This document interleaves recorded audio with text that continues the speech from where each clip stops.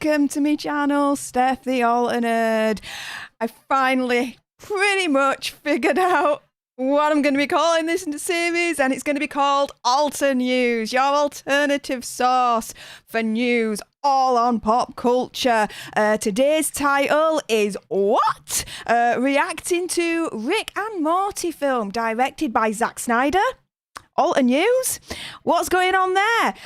We're also, during this whole stream, we're going to be talking about the strangest Nicolas Cage news to come out. What is the latest going on there? We're also going to talk about the upcoming Suicide Squad film and why it's being said that King Shark is the most difficult character. What's going on? Also as well, in complete random news, Paris Hilton has her own cookery show on Netflix. Yep, you heard right. Your ear holes are not deceiving you. It's happening, and we got a lot more besides all of that. So yes, definitely your alternative news to pop culture. With that being said, let's have a look at all you lovely peoples in the chat. Matthew Coburn, first like and post. Yes. Hi, hello, good day. Hey up, Matthew. Thank you very much for stopping by. Kavari. Okay, hello Kavari. Hack Zack Snyder doesn't know how to do goofy fun mixed with science fiction, so that's a hard pass for me. Well, we'll see what's going on in a moment, because we're going to lead with that story first and foremost.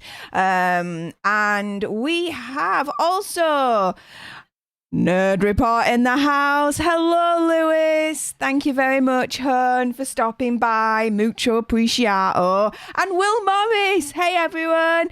Hey up, Will. How's it going? All right, then. So, with that being said, hopefully this is going to work. We're going to pretty much be going on to... Oh, hang on. Will Morris, that new profile picture of yours looks familiar, Matthew. And Kavari says, I feel like Steph is setting us up for a clickbait title. Well, there is a question mark, so it's not a statement. It's like, Zack Snyder? Rick and Morty? A film? Is that happening? Well, let's find out right now. We're jumping into it, guys. Zack Snyder says he's open to directing a possible Rick and Morty film. Yeah. He's opening his gob to all of this. This is from Enemy, written by Will Lavin. Now, what he says is that he's open to the idea of directing a possible Rick and Morty film. Now, this has been rumoured for ages that there's going to be a Rick and Morty film. Now, I have an opinion on this. It's probably going to be an unpopular one, in all honesty, you guys. But you know me. I don't sugarcoat shit. I'm just going to tell you how it is in terms of what's going on in my head. A lot of word vomit as well, as you can appreciate and probably expect at this point. So, speaking in an interview, he said he thinks the closest he'd ever get to helming a comedy is if he was asked to work on a potential Rick and Morty movie. He says, I don't have like a straight comedy that I can think, that's like wall-to-wall straight comedy, Snyder said, during an appearance on the Film Junkie Vodka stream. But if I did the Rick and Morty film, that's probably about the closest I'd get. Basically, Warner Brothers be like, we ain't working with you anymore. So he's now shooting off his gob, being like, oh, I'll do a Rick and Morty film, like one of the most popular cartoons on the literal planet. And he's like, yeah, I'll do a film version of that. I'll probably do a film version of that. Yeah. I'm very cynical on this one. Later, he revealed that he suggested directing a short live-action scene to put at the end of one of the episodes of the animated series. He says, you know what I'd wanted to do? My suggestion was to do just like one of the end teasers in live action, Snyder says. So the comments come after producer of Rick and Morty, Scott Marder, had said that while a spin-off film wouldn't be completely impossible, it would take a lot of effort from the team. Well, to be fair, yeah, because how many years does it take between one series to another for them to like write it, produce it, you know, and send it out? It's not like we get Rick and Morty every year. There's a couple of years gaps in between, do you know? The producer said it'd be daunting. I wouldn't be shocked if there was one that comes down the pipeline someday. Yeah, because, you know, Rick and Morty equals dollar bills at the moment. They'd be silly not to do a movie, in my opinion. But I feel like every episode is a movie. I'd like to see what a movie would be. A movie would feel like the equivalent of a trilogy. We just pack so much in, it'd have to be pretty epic. Now, in regards to what else they said about Rick and Morty, let me just zoom that in a little bit more so you can see it a little bit more closer.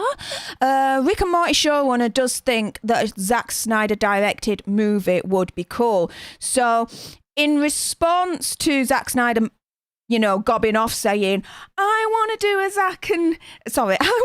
a Rick and Morty film, showrunner said that the potential for a movie directed by Zack Snyder would be cool.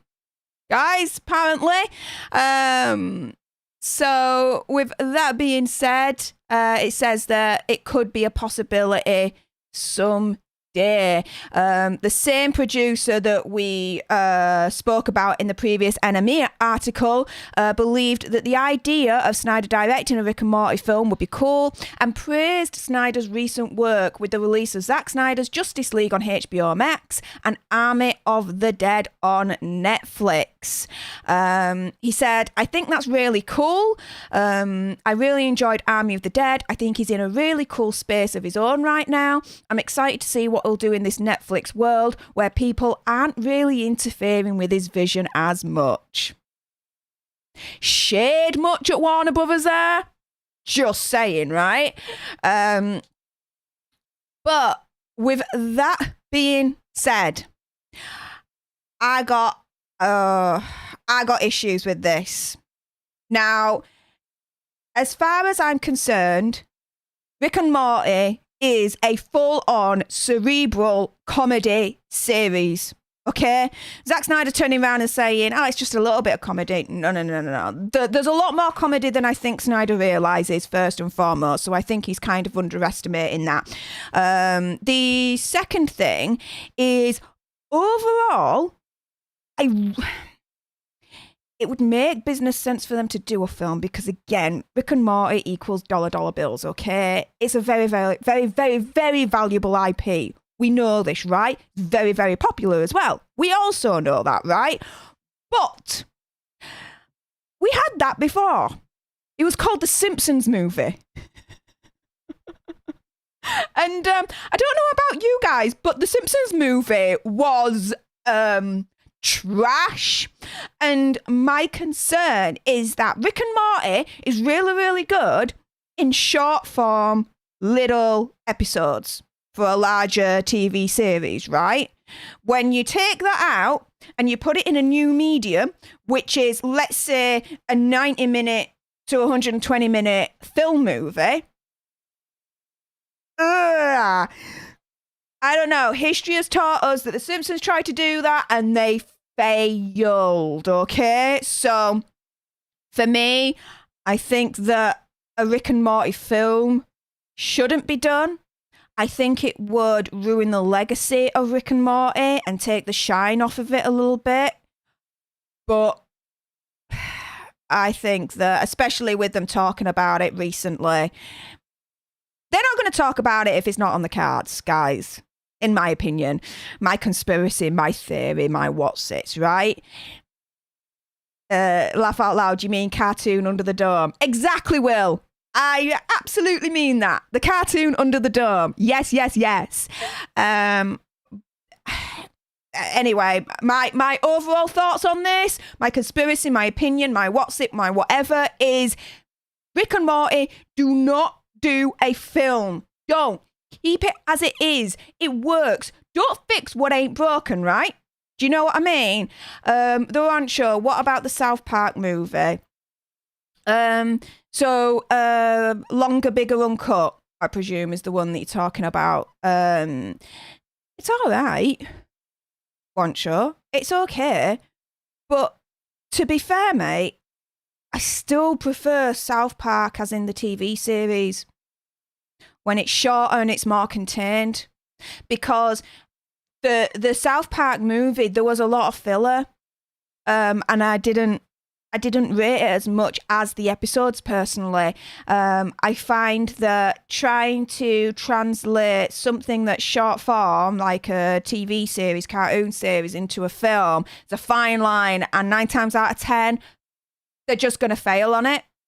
And so, for me, I don't think it's worth the risk for Rick and Morty to do a film. Will they do a film, though? Yeah. I won't be shocked if they do. But, yeah. We shall see. What are you guys saying in the chat before we get to the next article for Alter News? Let me just scroll you up here. Matthew Coburn, Alter News, Alter Rocks. Yes, love it. Matthew Coburn, yes, it's film used Christine owned by Martin Sanchez. Kavari say what now? Exactly. Yeah, I know, right? Tyler Cordalis. Hello, Tyler. Hello, my hun. I don't trust Zack with this, LOL. I somehow do with DC, though.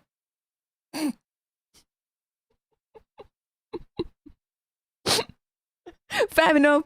That's your opinion, your conspiracy, your theory, whatever. I don't trust him with DC, and I definitely don't trust him with this. But there you go. Will Morris, I don't even trust Zack with the stuff he had himself. Exactly. Yes. Kavari, but Warner Brothers owns Rick and Morty. Am I right, chat? Well, I know it's Adult Swim, but is Adult Swim like a subsidiary of Warner Brothers? If it is, I don't know. I didn't know that. Let me just double check Kavari on that. So Warner Bros owns Adult Swim.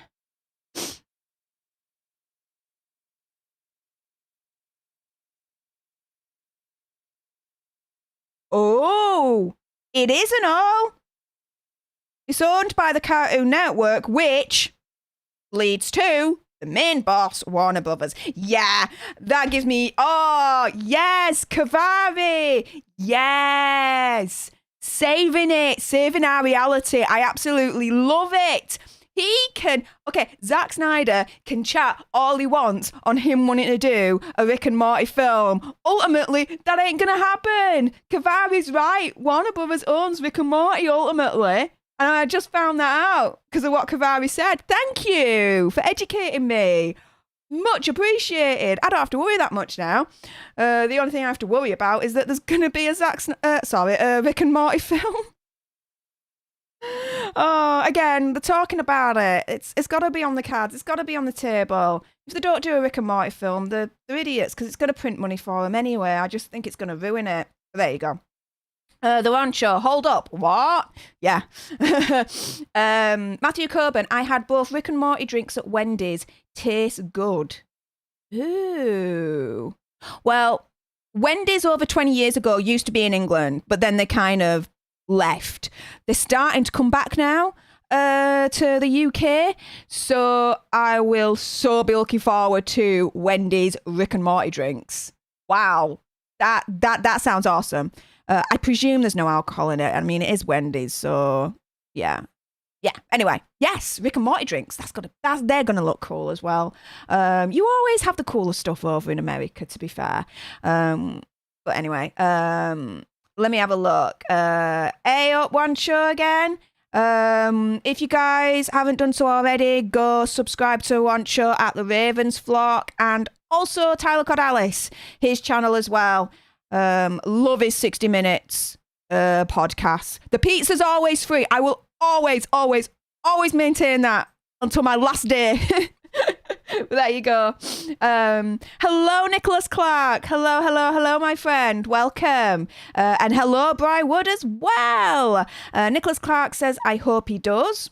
Fair enough. And yo, peoples, the Rick and Morty cameo was cool. Okay.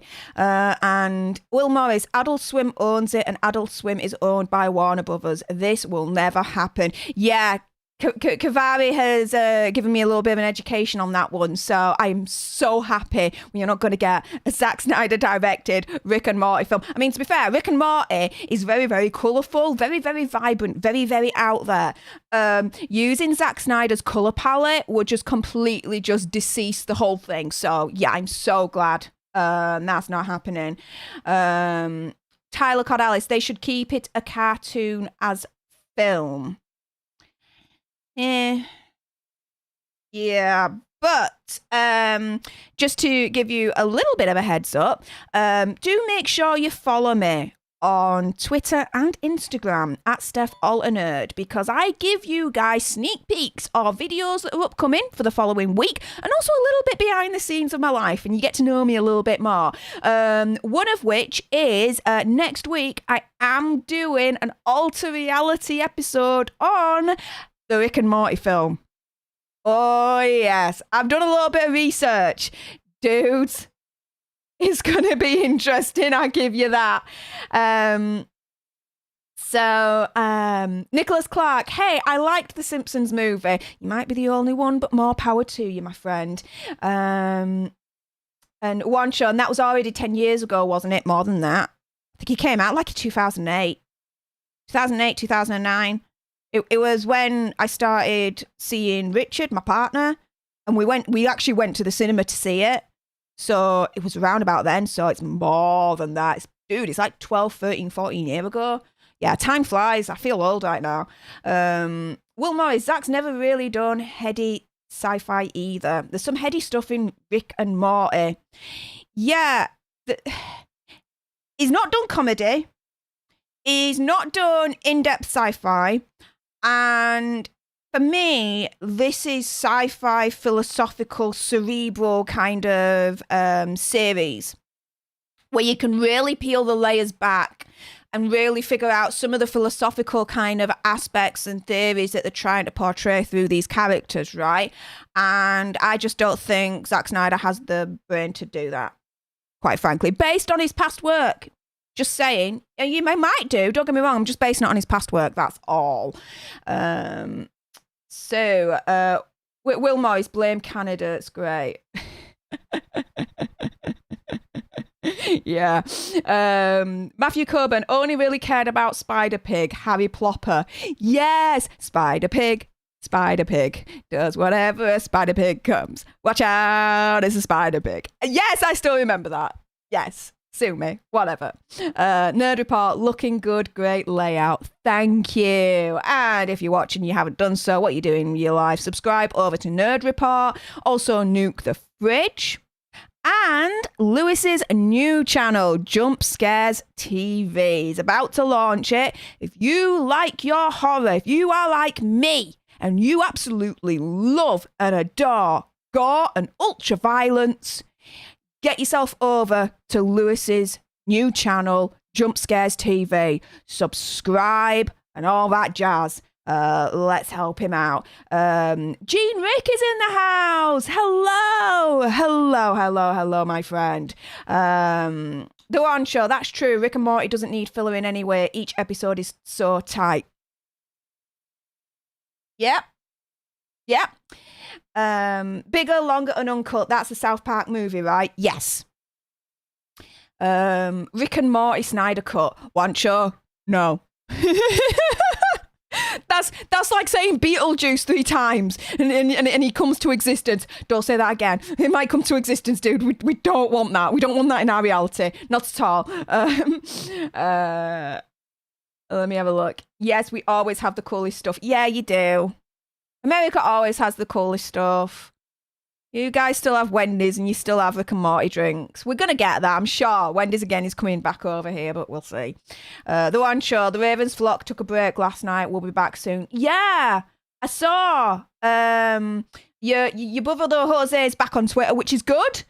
He's out of Twitter purgatory, so congratulations there. But yeah, so looking forward to you guys coming back. I still like Angel. He's so funny and so awesome.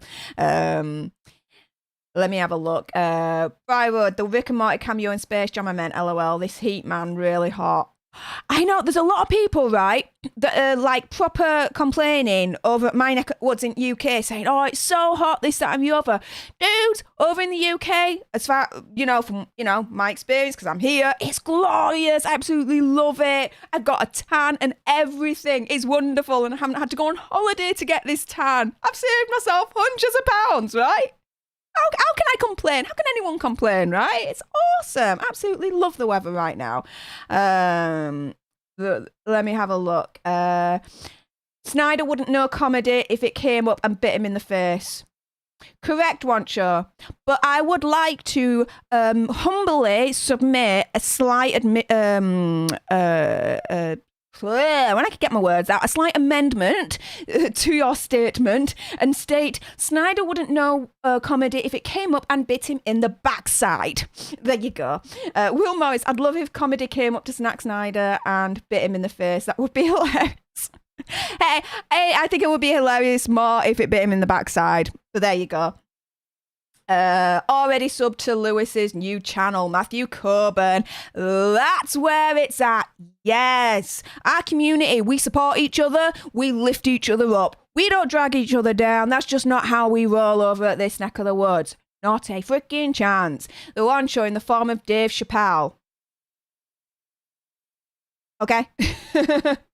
And thank you, Will Morris, for putting his link. Jump Scares TV. Thank you. Will Morris, saying Candyman 5 times. Candyman's a bit scarier than Beetlejuice, which is a film I say in the theatre. Oh, yeah. To be fair, Candyman doing a reboot of that, and I'm quite interested in that. I'm more interested in Halloween Kills that's coming up this year at the moment, but we shall see. I did see Spiral, the Book of Star. It was all right. Better than Jigsaw, the last one that came out, I have to admit. But that's all we're gonna pretty much say about that. In the meantime, we're gonna go on to. Oh no! Hang on. We're just gonna mute that. We didn't want that. Whoa. No one is copyrighting my stream, not a freaking chance.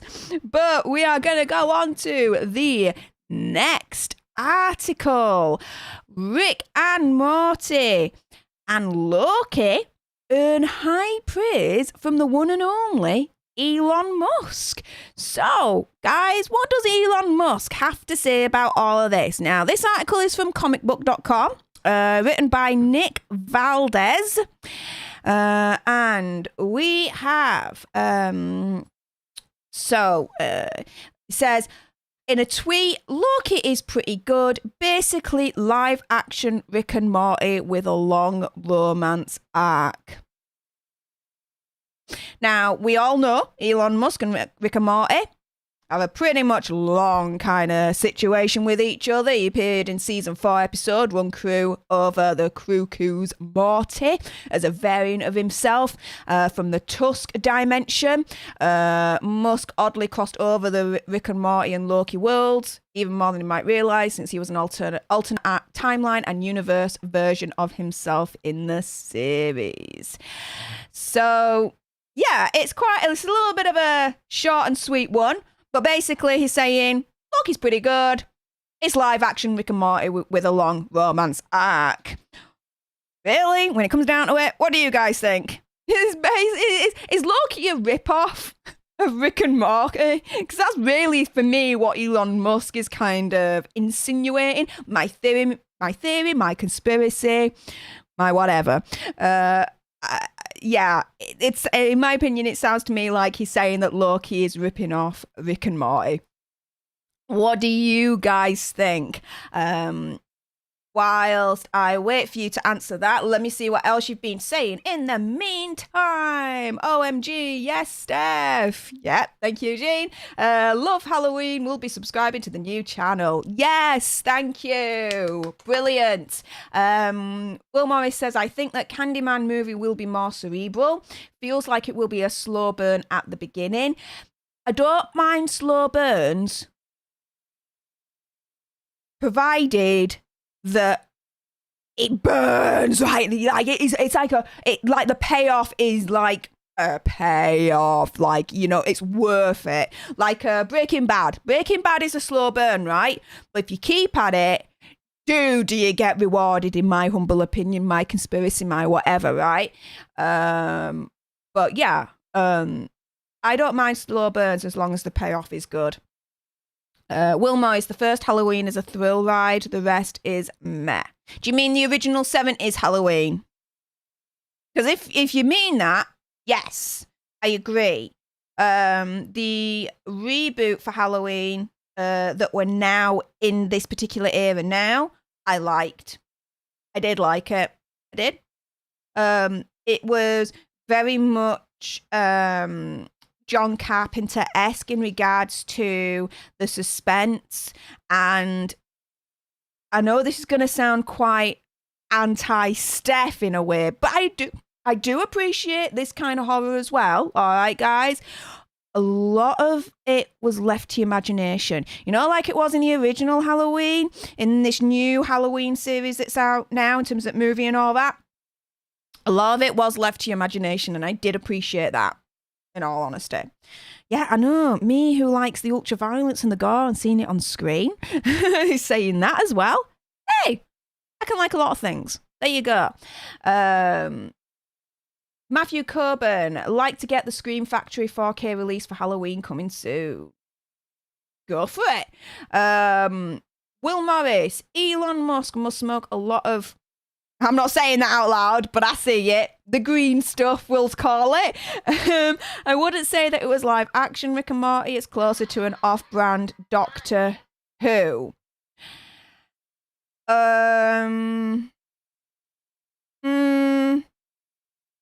You think? I don't think that. I really don't think that. No. I mean, your opinion, fair enough. Don't get me wrong, I respect it, but I respectfully disagree. I think Elon Musk is right in regards to, I think it's more Rick and Morty than Doctor Who. The Rancho, I can see where the argument can be made, but Loki is still very Marvel. Yeah, okay, so Rick and Morty, very risque. We know this. Very adult kind of situation, right? Loki's not like that at all in terms of the feel, the style, all that malarkey.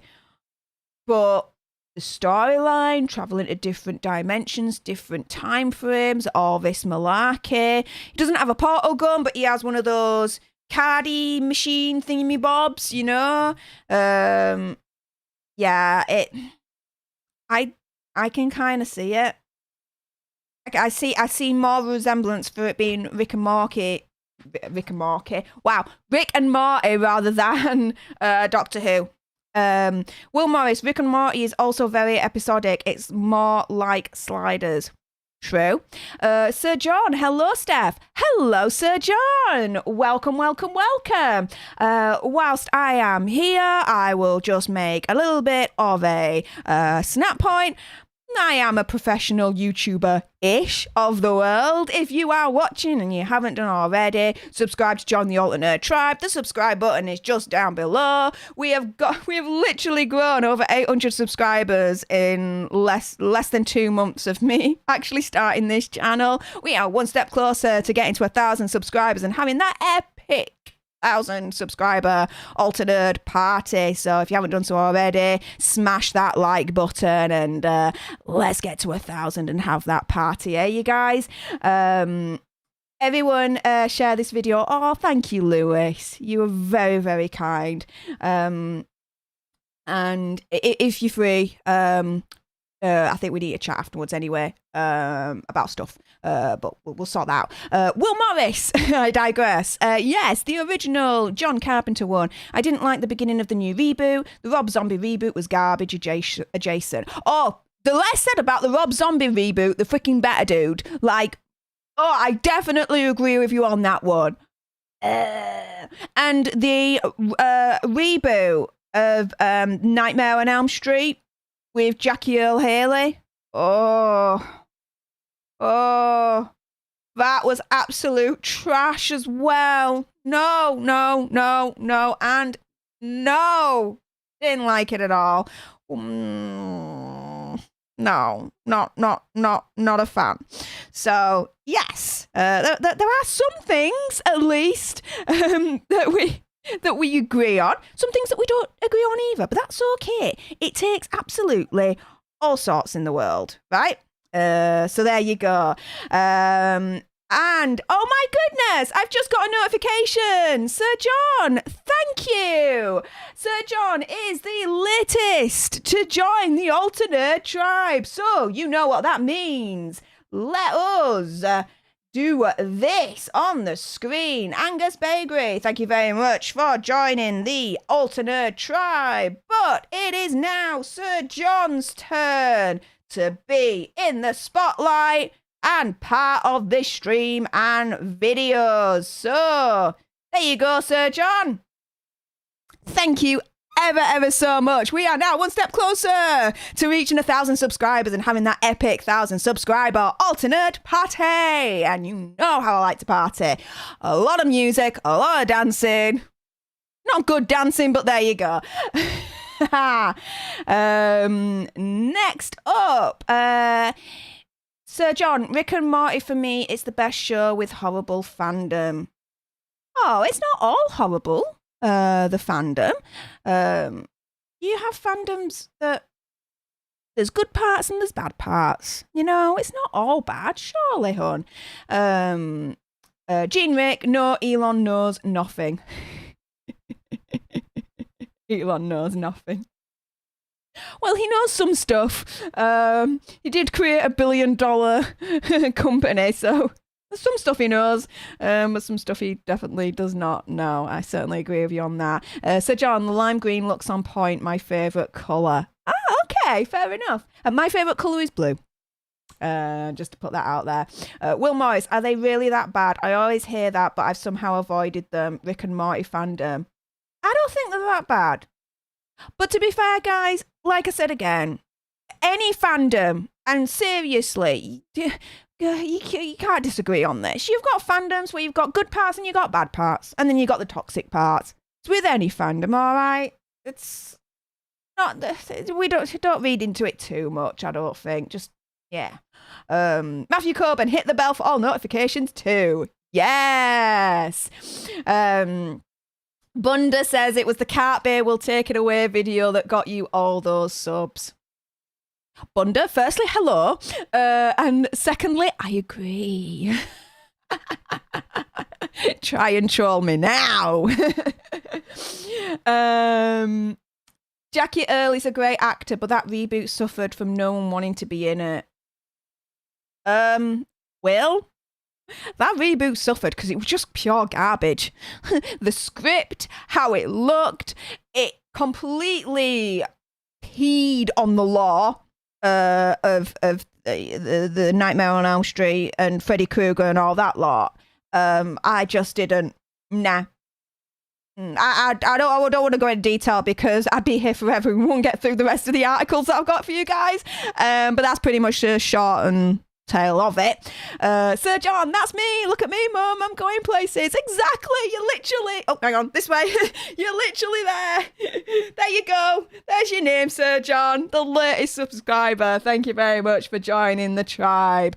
Will Morris, sons can still in 6 in another dimension. Okay.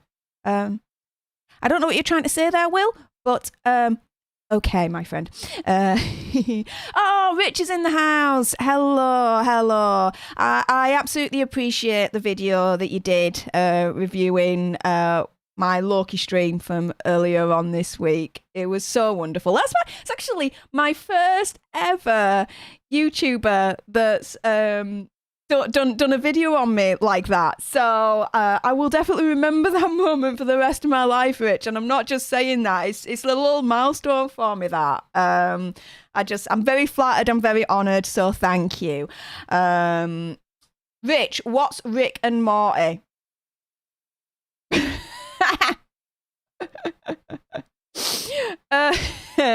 What's Rick and Morty? Google it, watch a couple of episodes, and then come back to me. Because trying to explain that in one sentence is just impossible, dude. The Novice. Hello, The Novice. Welcome. This Rick and Morty news sounds too unbelievable to be true. What's the source, Stef? Okay, so in terms of the Rick and Morty news, just to give you my sources. The first one regarding Elon Musk saying Loki's pretty good. And it's basically live action Rick and Morty with a long romance arc. Well, there's his tweet there. And that's from comicbook.com. When we've been talking about the possibility of Zack Snyder directing a Rick and Morty film and saying that he wants to do that. Firstly, Enemy. And also comicbook.com again. And they're citing very reputable sources as well. So there you go. I'm just saying this fact. I'm not, it is what it is, but I do a lot of behind the scenes for Andy on his channel, The Popcorn Planet, and I do saw some articles for him if he wants to do videos and all that lot, and help him gather material and sources and all that lot. And I've been doing it for a little while, so don't you worry, you guys. I won't steer you wrong. I promise. Let's see what else you guys are saying before we get on to the next article. Oh yeah, there's more, guys. There's more. Thunder, you look nice, by the way. You got all dolled up for us. No, you wish. Bog off. No, it was just a very, very nice day. And I just wanted to play about with some makeup earlier on. I like doing that from time to time. Just play about and experiment and all that malarkey. And then earlier on, I took one of my dogs out into woods and we just had a nice little walk. Trigger. If you follow me on Instagram at Stef the Alter Nerd, you'll actually see a picture of us, and I think it's a cute one of me and Trigger. So there you go. My golden Labrador, my golden retriever. He's amazing. Anyways, next, the one show, there's a YouTuber called Renegade Cut who did a video about how 80s horror movies, Halloween, Freddy Krueger, etc., were indicative of 80s Reagan and Thatcher fears and ideologies. A wild video. Ooh. Dude, I am... where's a pen when you need one, right? I'm going to write that down. This is my book of ideas. My dream book of what I want to do with episodes and channels and learning tons of stuff, YouTube SEOs and blah, blah, blah. I won't bore you with details, but that's going down in my book. So, Renegade Cut. 80s horror movies.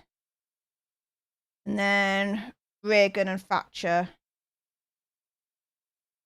ideologies and fears. Okay. That definitely piques my interest. That speaks to my Peace Studies University student kind of person that I was back in the day. So I'll definitely check that out. That's wonderful. Thank you, Ancho, for that. Bunder, Will Morris isn't saying much of anything, does he ever? He's been saying some stuff, all right, Bunder? It's not your fault that you came in a little bit late to stream, being all late and everything. I see you trying to sneak in without me noticing, mate.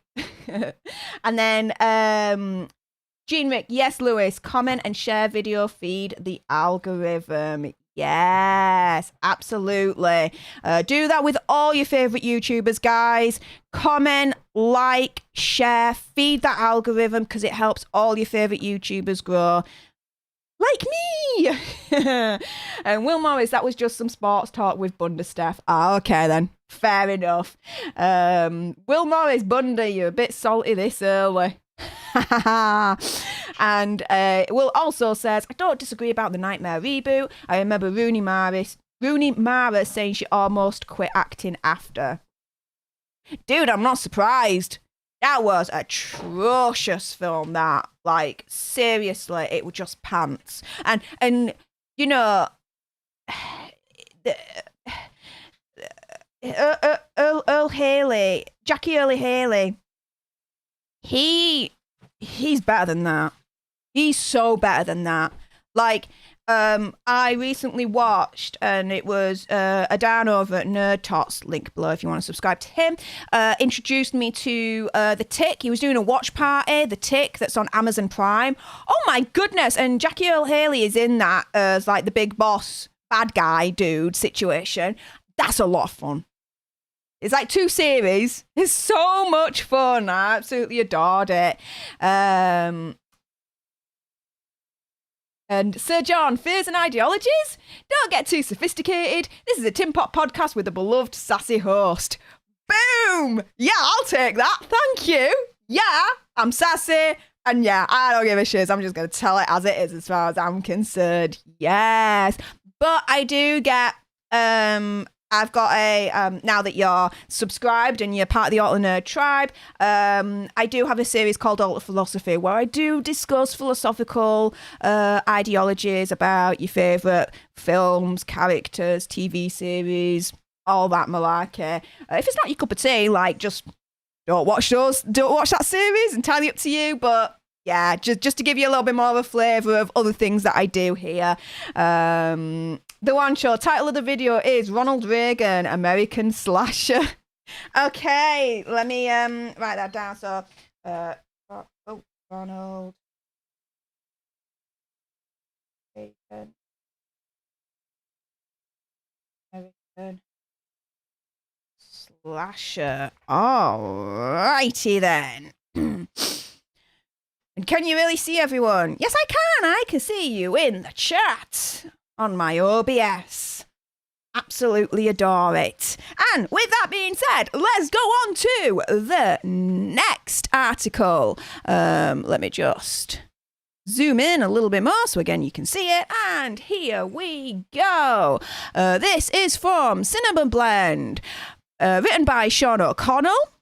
The title is Why King Shark Was a Very, Very Difficult Suicide Squad Character to Create Until Sylvester Stallone Helped. Yes. So, they explained that, you know, James Gunn's comic book adaptations connect with the mainstream audiences and why that is. They reference the Guardians of the Galaxy franchise and all that malarkey. That, you know, he's very, very successful at the moment. And that he continues with DC Comics' The Suicide Squad, which is coming out shortly, guys.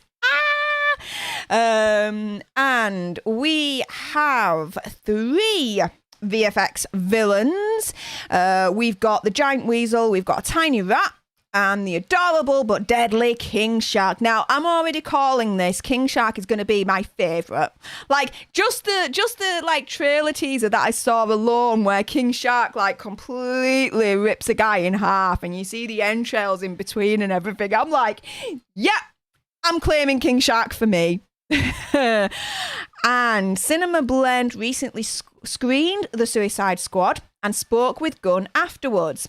And when they brought up the creation of King Shark and the process of visual effects, Gunn said, we started developing him very early on, and he was a much, much harder character to develop than Groot or Rocket, because a shark is innately not a character that walks around.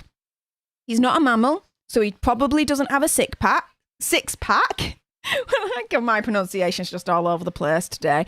And so developing him from the very beginning as this sort of lovable but incredibly dangerous galoot was very, very difficult. Well, whatever you did, I just seen a trailer and I'm already on Team King Shark, so there you go.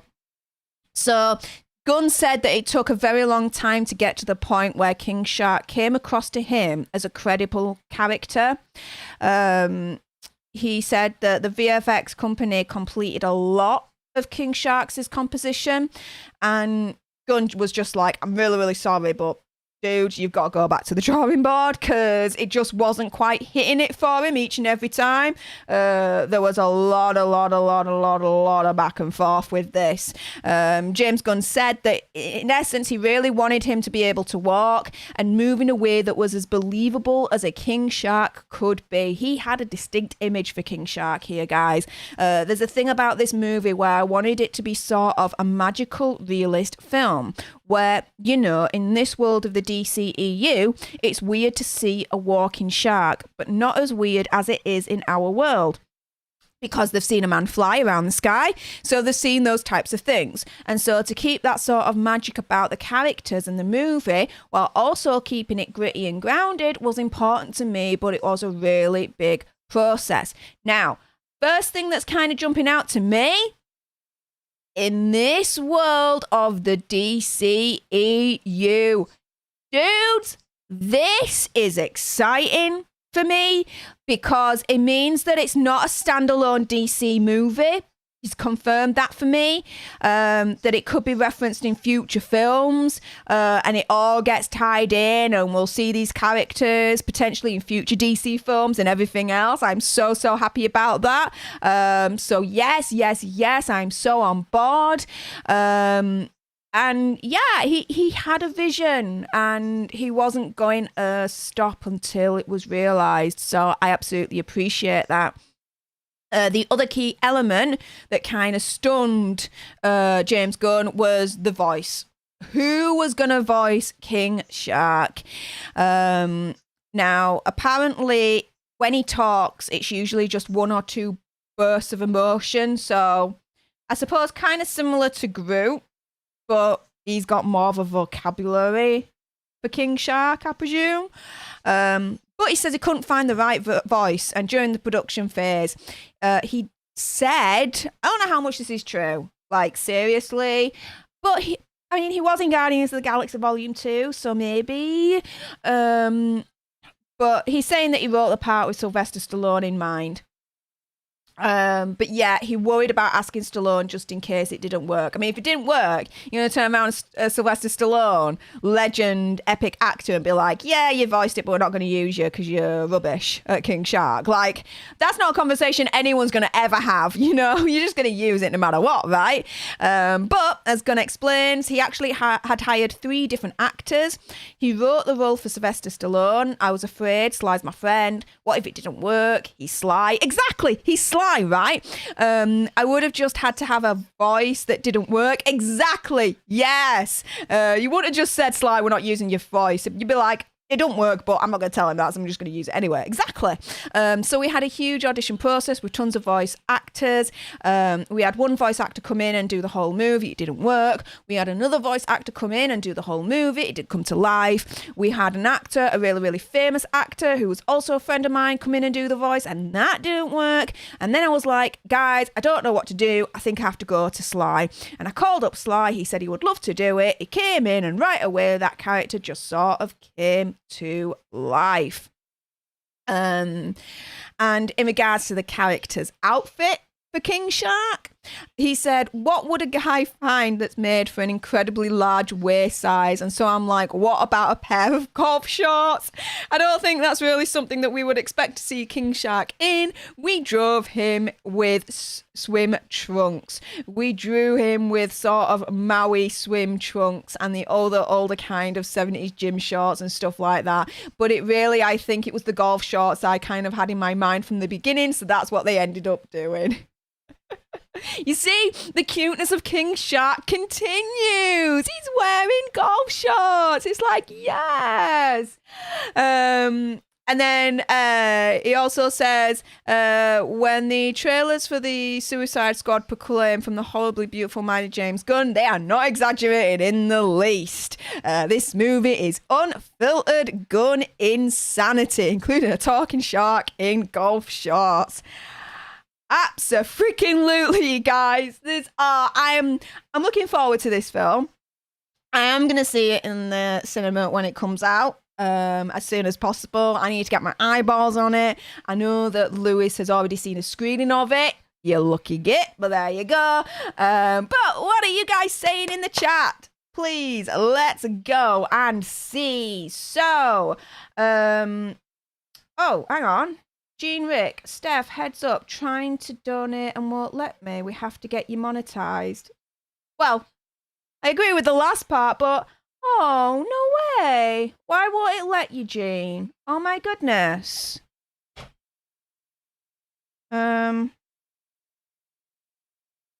Just, how are you?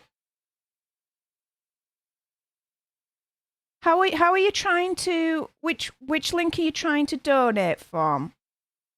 Do let me know so I can look into that. I'm so sorry, hon. But yeah, let's see what else you guys are saying in the meantime whilst you let me know, Jean, about that. Will Morris, from what we were talking about earlier on, Jackie's also pretty great in Watchmen. Yeah, he is. He's all right. And Bad News Bears, Matthew Coburn. Okay. I presume that's some kind of American sport kind of situation going on there.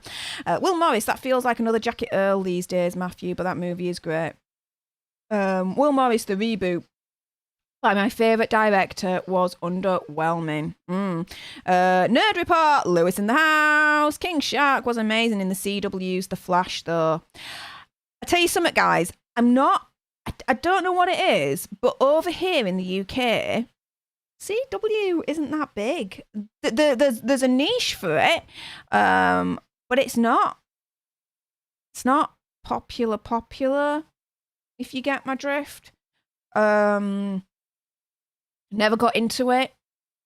Not really that interested in it, in all honesty. I'm happy not to be in the whole CW kind of franchise, my eyeballs and ear holes situation. I've lived with I for this long. I'm kind of like, yeah, whatever. I did try, admittedly, the Titans Series 1. Because a mate at work was like, you need to get your eyeballs on this stuff. It's proper up your street. I watched it. I went back to him and I said, dude, you're out of your mind. I thought it was trash. A lot of other people love it. More power to you. But Titans, for me, trash. And that was the end of my CW journey pretty much there and then. And Rich says, Field of Dreams. Field of Dreams. So John, if we are writing things down, I like a show named Terrace House. It's cute, funny, sad. I will have a look at that as well. So we are, come on, pen. Sir John Terrace House. All right, written down. Thank you very much. Will Morris, I never really liked Field of Dreams. Too sentimental. I'd ride with Bull Durham over that. All right. Sir John, that's a reality show? Will says, and Sir John says, yup, it's the potato chips of TV. It's a little interesting all of the time. All right. And then, oh, Jean. Oh, pal, you're buying the Steph merchandise. You want the shirt instead. LOL. Oh, go for it. Wow. Let me know. If just let me know what you get. Oh my goodness, you're gonna be like the first one as well. To do this if you are doing it. I'm just saying, you don't have to, but there you go. The link is in the description bar below, guys. Just whilst we're on the subject, if you want a little bit of Alter Nerd fashion in your life, the link's below. You got t-shirts, hoodies, a lot of accessories. Entirely up to you if you want to fulfill your Alter Nerd fashion fantasy. The link's below, guys. Matthew Coburn, Bad Bears is a movie Jackie is in back in the 70s. Oh, okay. I didn't know that. Rich, it won't be activated until you monetize. Passive activates once your watch hours past the 4,000 mark. Yeah, so we need the watch hours past 4,000. So we've got about just under 3,500 watch hours to go, guys. But less than 200 subscribers to go to hit the 1,000 subscriber mark that is also required for monetization. So there you go. Will Morris, Steph, you've never seen Bad News Bears. We must rectify this. We must indeed, Will. And that is another one that I'm going to write down. Bad News Bears. I mean, dude, it's got bears in the title, so my interest is piqued just there. Sir John, CW is a raisin cookie disguised as chocolate chip. Well, like I said, I didn't rate Titans at all early season 1. And technically I watched episode 1 of season 2 because it kind of tied off season 1 in a nice little bow, admittedly. But yeah, nah, not a fan.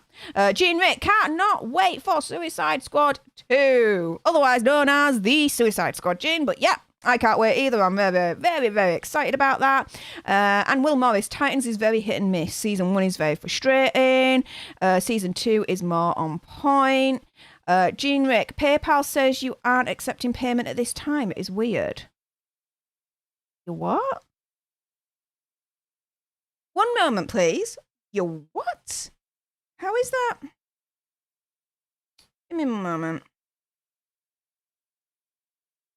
I don't understand why that is. I'm just... Right. So... There's that. And there's that.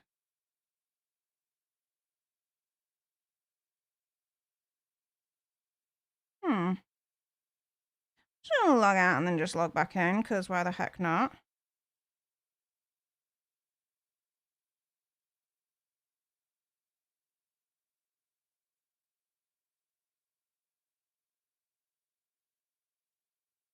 Interesting.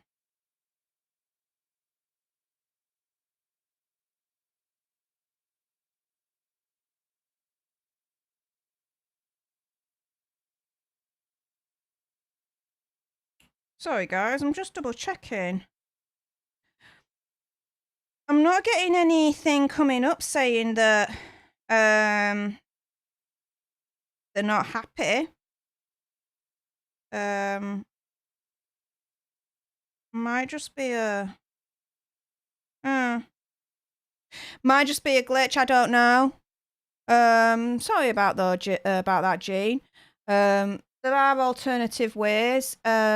There's the Stream Elements link, and there's also Cash App as well.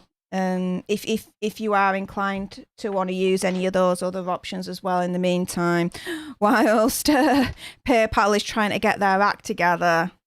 The hell? But anyways, let's go on to the next article. Oh yes, this one, guys, is a little bit of a doozy. Cause, wait, come on, there we go. This is from Glamour magazine, and again, a reputable UK news source, guys. But Paris Hilton, yeah, you're reading this right. Paris Hilton is getting her own cookery show on Netflix, and let's face it, apparently that's hot.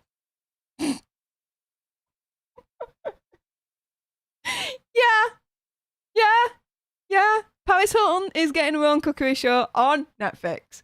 Paris Hilton, cookery show, Netflix. Apparently, it's happening, guys, and it's what we apparently need. This is what Netflix thinks we need in our lives. Paris Hilton to teach us how to cook, right? Yeah, exactly. In vital news we didn't know we needed. Even Glamour's freaking agreeing with me, right? Netflix has announced they'll be airing Paris Hilton's new cookery show, Cooking with Paris, later this year. So apparently she's recently experienced a new surge in popularity, and this has kind of come from the 2020 documentary, This Is Paris. She's also stayed very much in the public consciousness following her apparently adorable engagement to Cookery, and for debunking that infamous photo of her wearing a vest that had been edited to say "stop being poor." It actually said "stop being desperate," for everyone's information. All right. Apparently we needed to know that. And now Paris is now blessing us with a new cookery show. Apparently we literally couldn't ask for more. So here's everything apparently we know so far about cooking with Paris. Yes, look at this. Look at this. This is happening, guys. This is actually in our reality. To be fair, I'd prefer this than a Zack Snyder directed Rick and Morty film. Admittedly, I know, but guys, this is happening. It's like, yo, what? This is happening. Simple recipes from the kitchen of Paris Hilton. I do like that tagline. It's very, very clever. It's referencing the simple life. So, okay, Netflix and their marketing department, snaps for that, absolutely. What will it be about? Now, she apparently did a YouTube tutorial on how to make lasagna back in the pre-lockdown days of January 2020. But apparently we wanted more. It was a chaotic video showing Paris cobbling together her famous lasagna with predictably catastrophic results. Oh, I got an idea. Dan, I don't know if you're watching or not, hon, but again, this is going down in my book of ideas.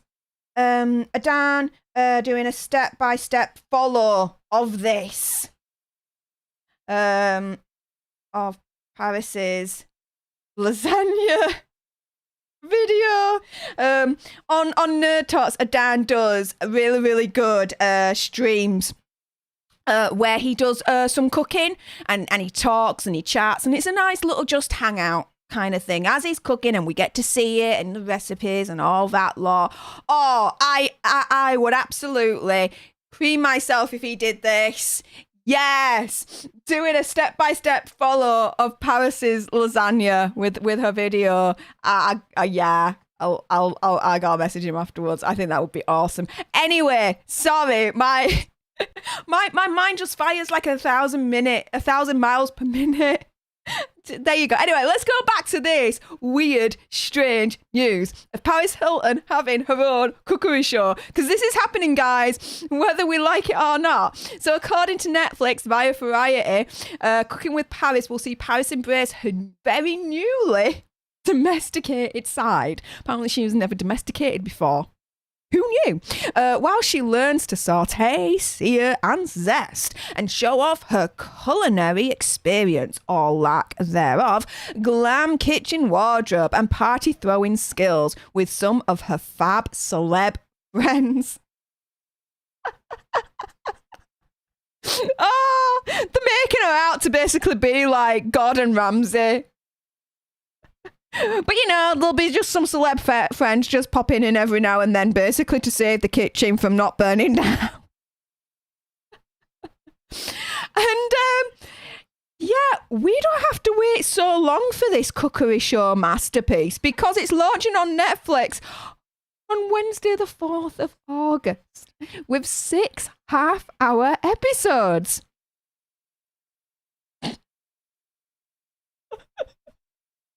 Oh my goodness. So yeah, guys, I wasn't clickbaiting when I'm saying this is alter news, your alternative news to pop culture. And yeah, this is very alternative, guys. Cooking with Paris on Netflix, coming to an eyeball and ear hole near you. Will I watch this? Do you know what? Yeah. I will, just for the curiosity's sake. Like, I'd be so curious to see this and be like, what would she cook? How would she do it? Like, really? With like a little Pomeranian or like a little, whatever that is, right? A little cute puppy in her hand, and she's cooking with the other, like, you know, that kind of thing. I need to see the logistics of this. I proper need to see the logistics of this, right? I am so freaking interested. It's untrue. But more for my curiosity's sake rather than anything else. I wonder if I'd learn any cooking tips from Paris Hilton. What do you guys think? Let's have a look in the comments. So, where are we? Where are we? So, Rich says, that's odd. And he's laughing. Exactly. That's hot. It is, that's odd. Love it. Love the wordplay. Yes, Rich. Keep it coming. Will Morris, that's hot. I understood that reference. Yeah, I understood that reference as well. I'm too old. No, I'm too old right now to remember all that. But I do. And Gene Rick, LOL, was user error, Steph. Well, to be fair, as I was going through that article, I did notice. So, whilst we were on the subject, and before I go through any more of your comments, Gene Rick, you're already on the screen. You are such a wonderful, wonderful person to do this.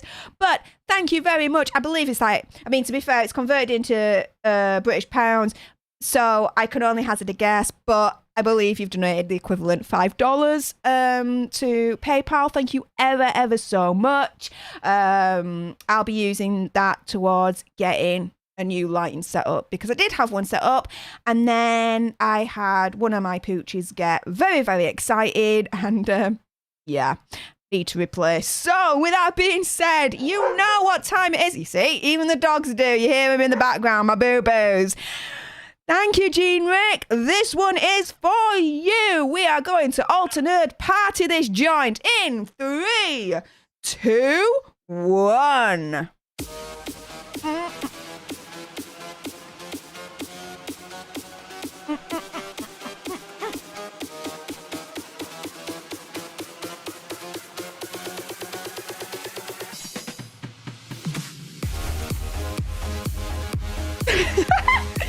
Yes, my headphones just came off, but I can still hear the music.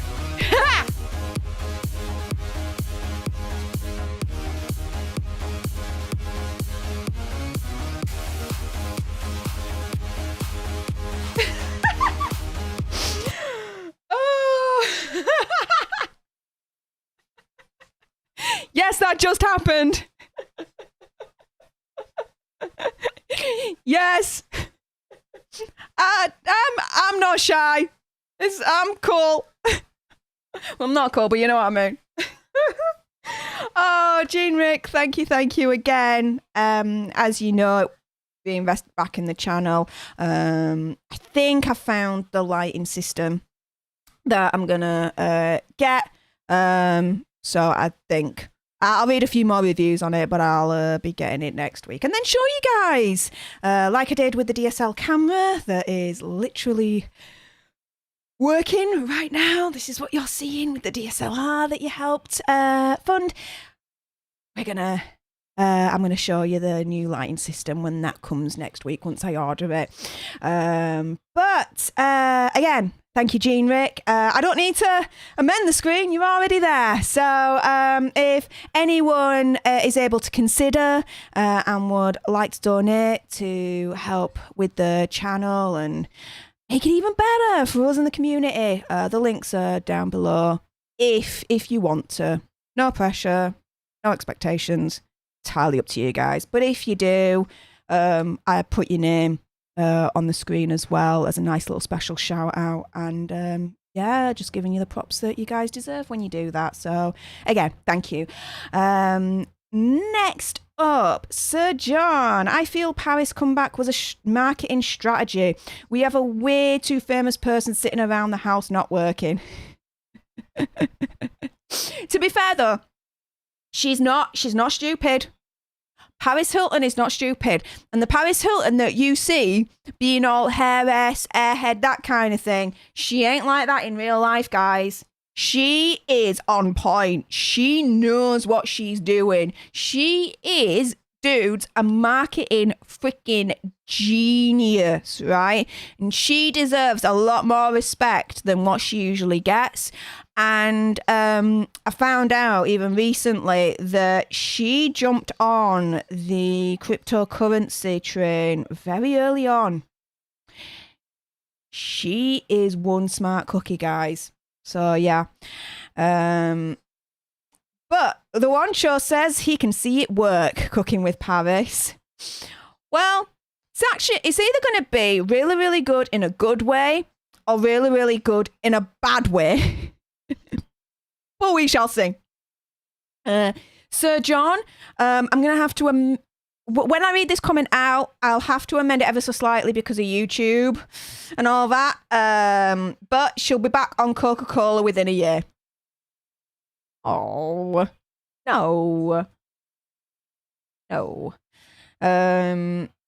That's your opinion and that's fine. I respectfully disagree, my friend. But Will Morris says Paris is actually to blame for the Kardashians. I'd say Reggie may have had a hand or two in that as well. Without going too much into detail, guys. I'm just saying. I'll blame it all on Paris. The one show, which 15-year-old plastic wrote that article? Lucy Morgan wrote the article. From Glamour. Glamour magazine is, I think you guys have the equivalent over in America, I believe, Glamour magazine. But if you guys don't know, it's like a women's monthly magazine about beauty, pop culture, fashion, that kind of thing. But it's very fluffy, if that makes sense. It's not hard hitting. It's not asking or answering the big questions. It's what I call fluff, if that makes sense. But there you go. It's not like The Sun where it's a tabloid or trash or out like that, in all honesty. But it's a glossy magazine. So like it's a couple of steps above that. In my humble opinion, my conspiracy, my whatever, my theory. Gene Rick, boom, exclusive. Yes. Exclusive, only on Stef the Alter Nerd. Alter News. No, not really, but I like that. Matthew Coburn, Alter Rock, Alter Gene. Boom! Yes! Sir John, that was something. Yeah. Get used to it, because whenever anyone is in the position to kindly donate, and I never ask, but it is an option if you do want to. If you're ever in a position to be able to consider, and you do, it deserves the acknowledgement, in my humble opinion. No matter how high or how low the donation is, you will always get a dancing alter nerd Stef from me. So there you go. Gene Rick, love the green eyeshadow and shirt today, Stef. Big hugs. Thank you. It's not a shirt. It's a dress. Hang on. Yeah. It's a dress. So, yeah.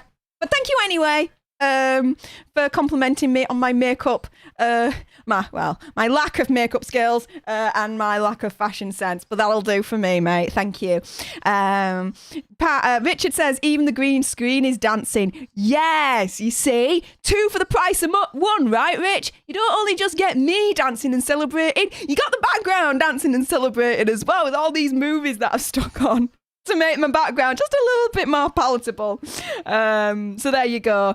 The one show, she's smarter than she leads on. Yeah. She's not stupid, guys. She knows exactly what she's doing, right? So there you go. Gene Rick, exactly, Stef. Yeah. Rich says, I can use Paris's help. Well, that's a sad state of affairs, but fair enough. You won't have to wait that long then for the series to come about next month. But yes, I will certainly be tuning in to find out what the deuce is going on. Oh, just out of curiosity more than all else. But there you go.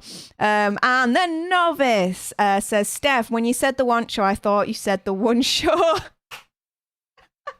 The BBC One programme. Yeah, no. I know, it's my Yorkshire accent, right? It's a thing to get used to. I know. But yeah, what to my American friends, the BBC, if you don't know, is essentially the state-owned, government-run, like, channel. The one show is a kind of like a magazine show. It's 5 days a week, and it discusses TV shows of the moment, has interviews with various people, those kinds of things, right? Very, very fluff again, that kind of thing. But yeah, that's that. Briarwood, why has that post been removed twice? It was just a joke. What? Huh? I don't know.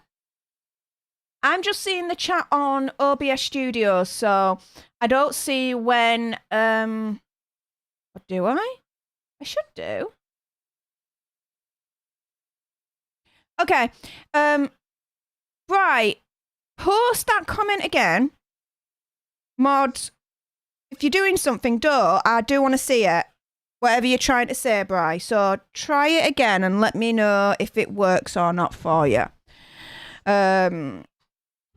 But anyway, whilst you guys are doing that, let's go on to the next. Yes, I know. There's more alternative news on Alter News, Stef the Alter Nerd channel. Yep. And it's this from Yahoo News by Zack Tim, or Zack Tim, if the N is silent. Oh, again, my pronunciation is just ridiculous, but there you go. So let's have some Nicolas Cage. The strangest Nicolas Cage news to come out yet. Nicolas Cage says he knew his relationship with wife Riko Shibata could work after discovering she keeps flying squirrels.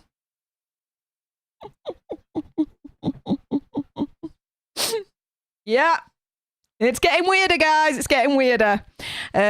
Just you wait for the next article I've got for you, because now the weird alternative news is cranking up. Nicolas Cage's fifth wife, Riko Shibata, keeps flying squirrels as pets. Chicago.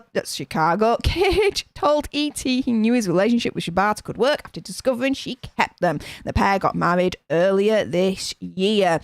Cage said he knew he could have a successful relationship with his wife after discovering her love for the unusual animals. He says, we met in Japan and I thought she was stunning when I met her. We had a lot in common. Cage told ET at the premiere of his new film, Pig. He says, she likes animals too, so I asked her, do you have any pets? And she said, yes, I have flying squirrels. She had 2 sugar gliders. I thought, that's it, this could work out. Do you know what? I don't know, I can't remember where this came from, but oh, no. Yes, I do now. A friend of mine has a radio show on the local radio network in my area. And he was talking about New Zealand. And apparently sugar gliders are native to New Zealand, or they roam around, they're kind of rocking around in New Zealand. And I was like, huh? Like, what are sugar gliders? What the hell? And I then Googled it, and my life was all the more better for knowing what they look like. But a representative for Cage told People magazine that Cage and Shibata tied the knot earlier this year in a very small and intimate wedding at the Wynn Hotel in Las Vegas. Las Vegas wedding, baby. The Pig premiere is the first time the couple has been seen together in public since. He says, I'm quite excited to take a picture with her, as he said on the red carpet. But Yeah. Earlier on this year, Cage told Mark Coppola on his radio show that he and Shibata got engaged on a video call because they were separated due to the coronavirus pandemic. She left New York and went back to Kyoto, Japan, and I went back to Nevada, and I haven't seen her for 6 months, Cage said on the show. But yeah, the latest, weird, strangest Nicolas Cage news is he knew his relationship with his new wife could work because she keeps flying squirrels. Aren't you guys more happier to know that now? What are you guys saying in the chat? Brywood, I just noticed it. It's gone again before you read it, Steph. Put it in now, and I will read it.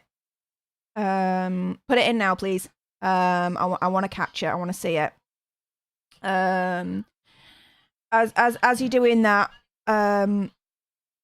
so let me see what you guys have been saying. The Novice. I just know the one show because Matt Baker's been on it. I remember him from Blue Peter when I was younger. I do too. And again, I feel so old having to say that, but I do too. When Blue Peter used to be good, as far as I'm concerned, now it's gone down the toilet, but yeah, there you go. The one show that is so wholesome and adorable, and then the squirrel emojis.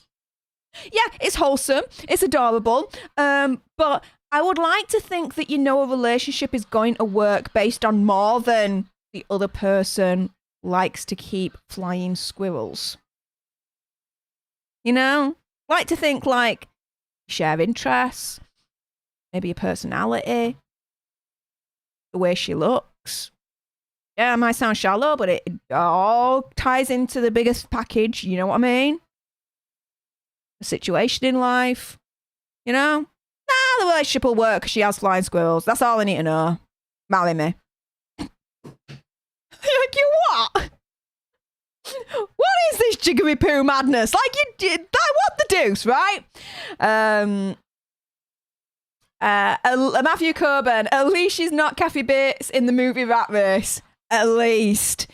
Jean Rick, oh, congratulations, Nicholas. Sweet story, Steph. Yeah, it's a sweet story. I would like to humbly suggest it's also strange and weird as well. So John, I didn't mean it as an insult. Paris got out of the limelight for Coca-Cola charges. She was off screen for a reason. We should leave her alone. I'm not willing to watch another train wreck. Okay. Fair enough. Firstly, thank you very much for clarifying your position on that comment. I apologise that I took it the wrong way. I admit when I'm wrong, and I apologise. As simple as that. So thank you very much for educating me and putting me right on that, Sir John. I really do appreciate it. And yeah, the thing is though, if she's recovered and she's okay and she's doing this show, then that's fine. But if she's not recovered and she's not okay and she's doing this show, then yes, I understand your sentiment in that regards. Matthew Coburn, watch me pull a Nick Cage out of my hat. Briarwood, I know you did it before, but try and do it again and let me see that comment. I'm literally waiting now to make sure that I don't miss it again. Aren't I a wonderful professional-ish YouTuber-ish of the world, right? Like you what? But yeah, I mean, personally, for me, like, I mean, each to their own. He's happy, you know? He likes his new wife because she keeps flying squirrels, and that's the only thing that made him think that it could work.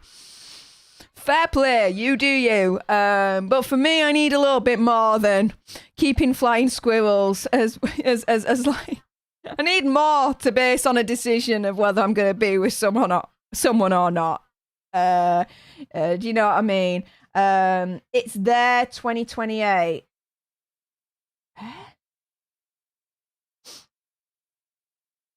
Right. Why is that not showing? Let me just about mute that. 2028. Okay. I'm not seeing it. The only thing Bri.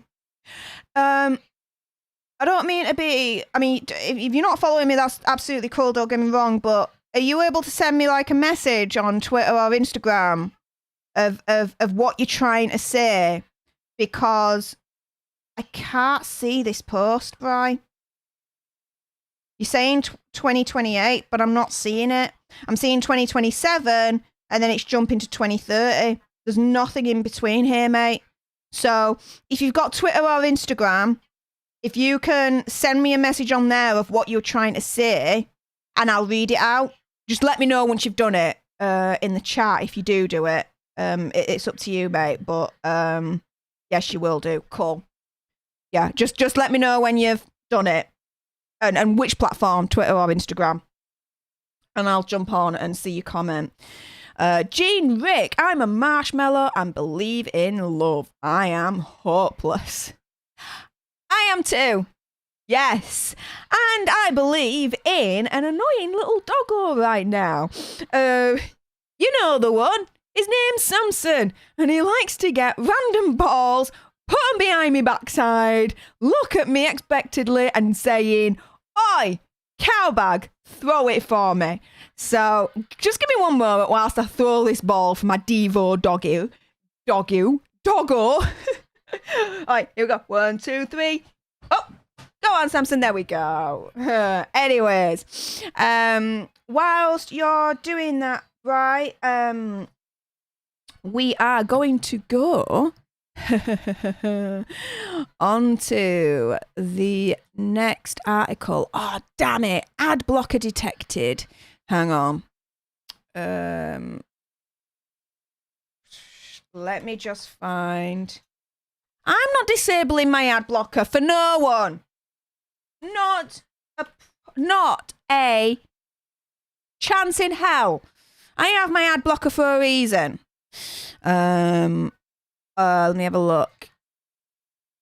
I think this will work. Yeah, this will work. You see, I'm so prepared. I'm so a professional YouTuber-ish of the world right now. But anyway, let's go on to the next article, you guys. I told you it's going to get crazier from here on in. The Alter News, your alternative news source for all things pop culture. And we are providing with this next article. Huge Roman stone carved man's privates unearthed during archaeological dig in Yorkshire. Yeah, my own county. I had to pop this one in. It's like it's where I live. Like, this is nuts, right? So a spokesperson of the Highways Agency said in a statement it was not possible to tell if the pistachio nut had been imported from southern Iberia, the north of African coast, Greece, or the Near East. So according to it, it's 11 inches in length. Not bad. Complete with impressive details like certain lines and all that lot. I'm not reading the full thing because I'm not going to be repressed. We're not going to let YouTube repress this video, but you can see it on the screen. It's believed to date back to the early years of the Roman Empire's occupation of Britain. The archaeologist unearthed other items like a 2,000-year-old pistachio nut. I wouldn't want to eat that now, I tell you. Which is the oldest ever found in the UK. Incense burners and other household items. But never mind about that. They found something else more intriguing. But yeah, it's a stone carved man's privates, believed to be from the Roman era.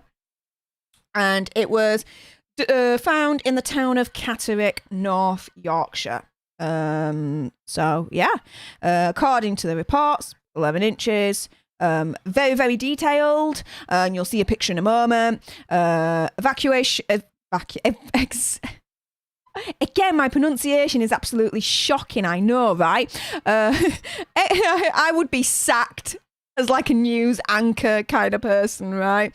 Like straight off the spot, like 2 seconds in, and it's like, yeah, Steph, you can't pronounce for shiz. Sacked. Out you go. Shut the front door on the way out, right? Excavation work at the site began all the way back in 2013. Yeah, it takes a shiz ton of time, doesn't it? But so far, as many as 62,000 historical objects have been unearthed from the area. So, no wonder they've been digging since 2013. It continues just to give them loads of ancient old shiz, right? Now, this in particular that we're talking about was found in 2014.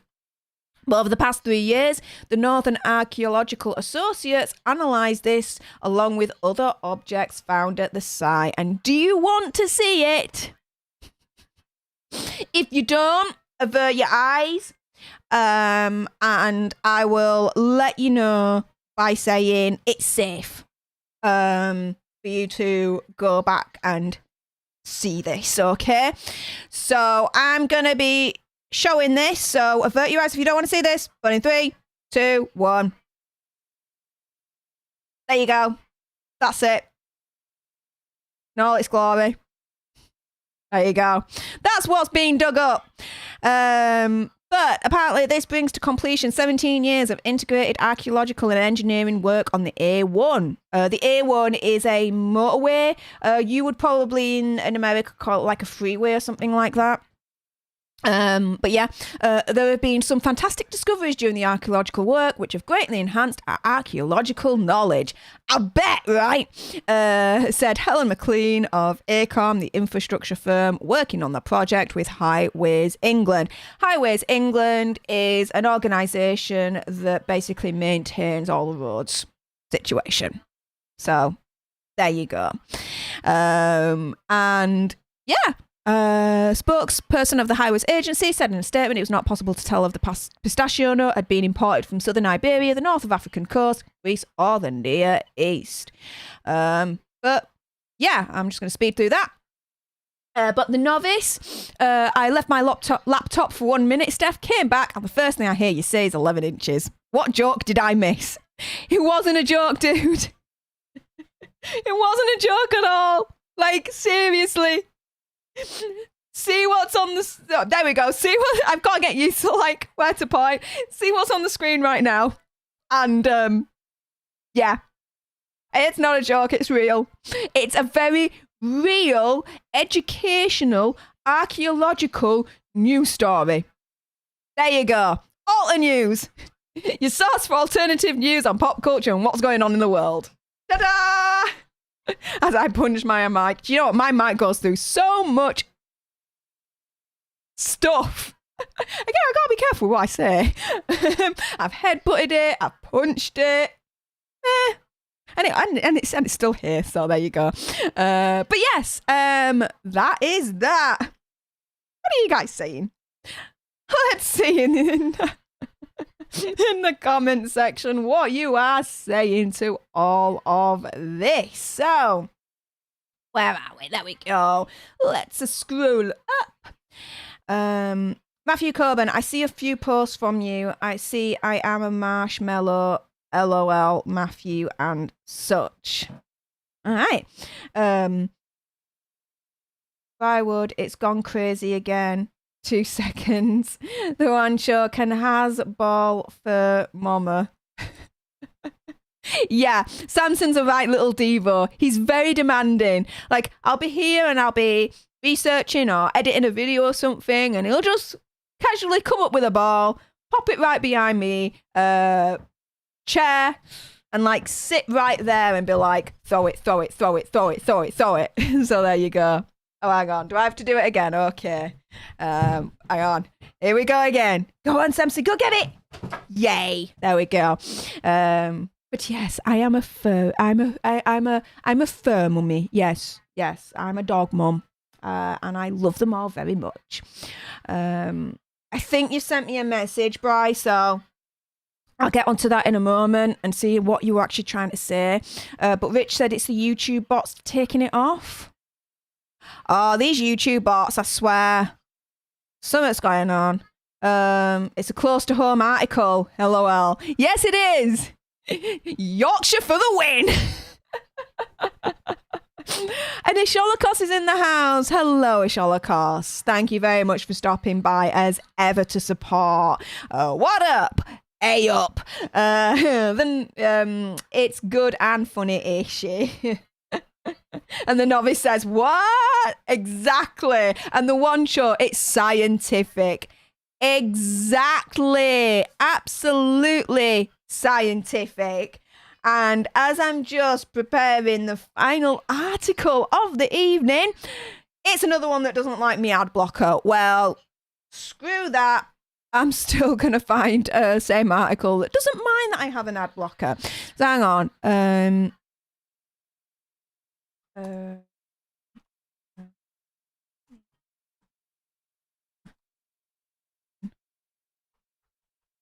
There we go. Let's see what happens there. Yeah, that probably will work. Ah, that'll work a treat. See, more than one way to skin a cat. I will not give up my ad blocker for no one. There you go. Oh, hang on. Oh, that's going back to there. No. What about this one? Will this one show me? No, it won't. What about this one? Nope.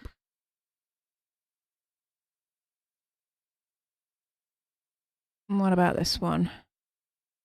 Ah, yes. This might work, guys. Again, I'm so like the professional-ish YouTuber of the world. Yeah, fine by me. There we go. That will do. What else have you been saying whilst I've been failing at YouTube right now? But yes, one show, it's scientific. It's educational and it's scientific, was the last article that we just went through. Absolutely, I agree. Jean, say what? YouTube can remove chat comments? Not cool. Yeah. I think it was a month or so ago that, what was it?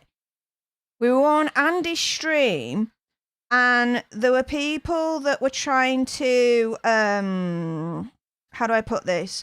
Put in links to like channels. So Jodie's channel, Lewis's channel, just put links in the chat for people to, you know, subscribe and follow and all that malarkey. And those links were literally being removed like that.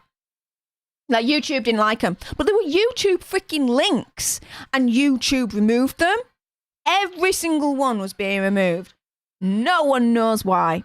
But yeah, YouTube is so doing that at the moment. Now, in terms of Brywood, have you tried to message me on Twitter? I've seen that you followed me. Thank you. If anyone else is so inclined, follow me on Twitter or Instagram at Stef the Alter Nerd. You get to see behind the scenes and sneak peeks of upcoming videos that are coming up. And you get to know me a little bit more, because why not? But yeah, I've seen that you've kindly followed me, but I haven't seen a message from you, so you can, yeah, let me know. Matthew, yeah, there you go. Like I said, yeah, they can. They did that to links during a live stream with Andy before. Yeah, absolutely remember that. It was ridiculous. I think Jodie was there at the time, if I remember, and even he was like, YouTube, you're trash. Just don't make sense. But anyway. Will Morris, the final countdown. Yes. Matthew Coburn, Europe, clouds in the back of the band's album. That looked like Voyager from Star Trek Voyager to me. Fair enough. Well, anyway, let us go on to the final article. I I've got it all up and sorted right now. So, yeah, it's a Sun, but it's the only one that I could find that didn't care about my ad blocker. Originally, it was from metro.co.uk, so there you go. But this time last week had the Euro 2020 final for football, otherwise known across your pond or your side of the world as soccer. It was the Europe Soccer Tournament. Italy won. Woo woo! And yes, I'm happy about that because my family actually is Italian. So yes, proper happy about that. But England being England, there was a bit of controversy around the event and what happened to this event as well. One of which was there was a yob. So I don't know if this translates right into American in terms of the meaning of yob. It just means someone that's leery, loud, but does very, very stupid things. And you will see in a minute what I mean by that. But you can see from the article right there, the title by Rachel Dale and James Somper. Yob put flare up backside, drank 20 ciders. So what that means there is when they're saying 20 ciders, 20 pints. 20 pints. Yep, of ciders. Snorted some stuff and then stormed Wembley for England versus Italy Euro 2020 final because he thought that was the best thing to do in the whole wide world after doing all of that. Great life choice there, right? He filmed doing this, right? He filmed putting a lit flare in his backside, strolled into Wembley without a ticket after a 15-hour bender of a certain substance. And his name is Charlie Perry, and he's 25, and on Wednesday night boasted of dodging the shambolic security at England's Euros finals after downing 20 cans of cider. So yeah, the security, I've seen some of the footage of when it all got stormed, and the security there at Wembley for the final, they did not know what hit them, guys. Like, it was absolutely ridiculous. Shambolic, there wasn't, the security basically, to be fair, security was there, but it wasn't, if that makes sense. Like, there was no point in them being there because they didn't secure shiz, if that makes sense. That's what I'm trying to say. Security was there, but they didn't secure shiz. So it's equivalent of them really not being there at all. It's just there was a buttload of people that just stormed Wembley and got in without a ticket. Brilliant. Yes. Proper doing England proud there, right? Helping us with our image of not being yobs. Absolutely. There's a little bit of him there right now. Great life choices and all that malarkey. And this is a little bit edited, so we're okay here. Flare, backside situation. Picture evidence. Right there. So he's literally not talking out of his backside. It actually did happen, this. 2,500 gate crashers caused mayhem, but he said that he is not sorry. Like, you know, it's not doing well for the image of England when it comes to football. It's awful. One of the shameful army, yes, of Wembley gate crashers last night told how getting in without a ticket for the historic Euro 2020 final was piss easy. And what that means, translated from English into your speak, is that it was very, very, very, very extremely freaking easy. You might as well just saunter in. It's just like whatever. Brazen Charlie Perry, 25, was filmed putting a lit flare backside after boozing since 8:30 in the morning, nearly 12 hours before the England-Italy game. Dude was non-stop. He estimated he downed 20 cans of cider and Did a load of other stuff throughout Sunday, but was allowed to stroll in without a ticket for the showpiece final.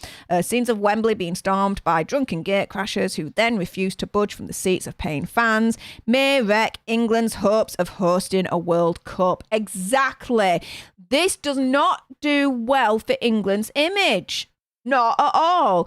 England already had a bad reputation problem when it comes to football, soccer, because of these hooligans. We hosted a final, a tournament, big, massive final, Euro 2020, and this happened. Like, this is bad. In the next 20 years, we ain't hosting no World Cup. We might as well forget even trying to bid. England might as well forget trying to host a World Cup in the future. It's not happening. It's not happening at all. There needs to be big, massive, frick-off reform when it comes to when we host these events, the security, everything from the top, from the down, upwards, from the bottom upwards. Again, my mind's just kind of starting to shut down at this point and walk out of the room. But from the bottom all the way to the top, the whole thing needs to be reformed. Because I've seen these videos of the mayhem that happened last Sunday, and I tell you, it's not great viewing. My eyeballs do not approve. It's not Stef approved. But Chelsea fan Perry, who boasted of bribing a steward to get in, mind you, insisted he regrets nothing. Absolute idiot. And is already looking forward to the next tournament in Qatar. In 2022, which is the World Cup. He gloated that he'd been on the drink since 8:30 in the morning and had at least 20 cans of Strongbow, which is cider. It was the biggest day of his life. There were no rules that day. Well, there were rules. It's just you decided to... It's all over him. All I know is that I loved it all. I was off my face and I loved every minute. He says he's a veteran as a fan who sneaks into games without paying. He did the same for England's semi-final against Denmark a few days earlier. So the dude's got form. He's even admitting he's got form, that he's been able to sneak into other matches and tournaments without a ticket. He said, obviously, I didn't have a ticket. I'd gone in before, so I knew how to get into the stadium already. Despite being stopped initially on Sunday and thrown out, he simply took off his jumper and distinctive £545 Louis Vuitton bucket hat and tried again. This time he targeted a different steward and gave him a little backhander at the COVID test result and match ticket area. And he was then waved through. The final stage was the turnstile, so he got his wallet out again. He said to get in, you've got to go around the back of someone who already has a ticket. Gave him £100 and went behind them. Total, it cost me about £250. He is alleging this. Whether this actually happened or not is another thing entirely, because let's bear in mind, he'd been on the alcohol for 12 hours straight and other things as well. So let's bear that in mind in terms of the validity of this story here. This is all alleged, and my cynical mind is kind of going overdrive on really how much of this is actually true, like bribing people so you can get in kind of thing without an actual ticket. Like, really? But this is what he's alleging. And yeah, it's just absolutely ridiculous. This is some of the action that took place that day, guys. England on its best behaviour. Look at that. Oh, I shudder. I absolutely shudder. And there he is. The dude himself with his Louis Vuitton £545 hat back on his head. And he's in there waiting to watch the final. He explains, after 18 months of misery, I thought it would bring the England fans together. It was the biggest day in English football for 55 years. There were thousands of fans in Leicester Square. The atmosphere was amazing. Everyone was fooling around. There's fooling around, and then there's been an absolute div. There was a bit of competition to do stuff, so I just thought I'd put the flair in his backside. Because, when there's competition, the best thing to do to outdo everyone else is flare, butt area, light it like it's no tomorrow, and away you go.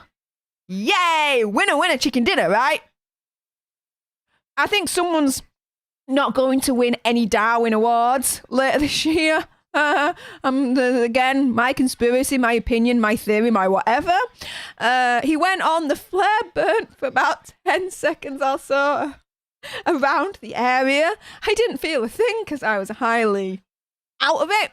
No one dared me to do it. It was a very responsible thing to do. Wow, at least he's admitting that. The FA, so this is the regulatory body that governs English football, has since been charged on several accounts by basically their boss, UEFA, is the best way I can explain it, which is opening an investigation into the chaos, potentially harming any future World Cup bids. To be fair, good. Good. Because this was a chance for England to shine and show that they could put on a final of this importance and it all be done safely and it all be a happy, brilliant experience, and it turned into an absolute shambles of epic proportions, and that's probably an understatement, really. When asked by The Sun if he would apologise for his recklessness, he said, nah, no way, I'm not saying sorry. Wow. But yeah, there was a lot of idiots. There was a lot of violence as well. It was absolutely ridiculous. But yes, this is the dude here. Yay! Brilliant example of the life choices not to make, guys. So there you go. Again, I admit freely, I don't think he'll be winning any Darwin Awards anytime soon, but again, that is my humble opinion, my theory, my conspiracy, all that jazz. What are you guys saying in the chat? Again, this is your weekly Alter News show, your nerdy alternative to pop culture news and everything else that's going on in the world that I think is very interesting, because why the heck not? So let me scroll up a little bit. Jean Rick, LOL, can't help myself, but new meaning of storming the castle. Very true. Very, very, very true. Rich says that he doesn't follow sports. Absolutely fair enough. This article that I brought to your attention isn't about the sport per se. It's basically about one of the biggest idiots on the planet. In my humble opinion, my conspiracy, my theory, my whatever. Will Morris, soccer hooligans. Yeah. And when I say that this doesn't help England's image of soccer fans, I would pretty much stake my life on it. If anyone thought of soccer hooligans, first thing that'll come to mind will be English fans. I promise you that right now. It's unfortunate, but there you go. They're the facts in terms of my humble opinion, my theory, my conspiracy, whatsoever. But yeah, in other words, what I'm trying to explain is, if you had in the dictionary soccer hooligans, if there's a picture beside it, it's going to be an English fan. There you go. Bri Wood sent through Twitter stuff. Okay, let me have a look, see. Okay, so this was in relation to the Paris Hilton article that we were discussing earlier on in regards to Paris Hilton getting her own cooking show on Netflix. Yeah, it's a thing, it's happening, and it's coming literally to your eyeballs and ear holes very soon, next month. And Bri Wood said, it said Paris Hilton is the sort of person who would cook chicken medium rare.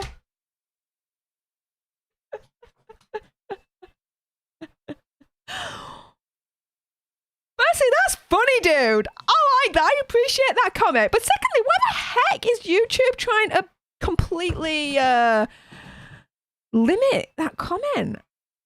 I don't get that. There's no swears. There's no profanity. There's no nothing. What the deuce? YouTube, get your act together. What the hell? Leave my Alter Nerd tribe members alone, YouTube. They can say what they want in the chat. I'm cool with it. Apart from my line that we don't cross. There you go.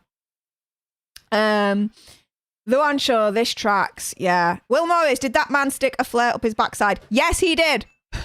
We just saw that. There's picture evidence. It actually happened. He's not talking out of his backside. It happened. He thought it was a very, very good life choice. I, on the other hand, do not think so. Matthew Coburn, not much into sports, just sport movies and TV shows. Yeah, fair enough. I'm into sport. Premier League, Leeds United. Booyah, hang on. Where's my... there we go. Hang on. I'll show you this. My beloved Leeds United football team in the Premier League. We got, after like 20 years of being in the Championship, which is like the league below that, we finally clawed our way back to the top where we belong. Yes, so we are back in the Premier League. We did very well last season, pretty much in the top 10. But yes, there we go. The Leeds United crest, football crest. Proud. This is a snud, but I kind of use it as like a face mask situation as well. But yeah, there you go. A little bit more about me that you guys get to learn. Briarwood, Moneyball, right, Matthew? Great film. Rich, that's got to hurt. You'd think so, right? But like the dude said, he didn't feel it because of certain things that he was taking at the time. Will Morris, Chris Pratt's in that. It was about Billy Bean and the team of my youth. Rich says Hurt Locker, excellent film. Yes, it is. Will Morris, I regret nothing. Say the hooligan drunk enough to stick a flare in his backside. Exactly. Like, how can he, I'm flabbergasted, right? Like, you'd think after behaving so poorly like that, you'd be embarrassed and you'd be apologising and be like, even maybe to a certain extent being like, that wasn't me, and trying to deny it maybe. But this dude is so brazen. It's like, yeah, it was me. No, I'm not going to apologise. Like, you what? Seriously? And he's stupid enough to actually make his story known in the freaking tabloids, like, again. He's not winning any Darwin Awards anytime soon, guys. Will Morris, he would have regretted that flare had it exploded. Yes, he would have. Absolutely. Will Morris, I'll take your excellent word on that, Rich. I don't watch war movies, bit of a pacifist. Fair play. Rich says, I don't like guns, but enjoy films with them. Fair play. I love... there's a film that I love and it's got so many guns in it, it's untrue. Shoot 'em Up. Does anyone know that film? I love that film. I also like Smoking Aces as well.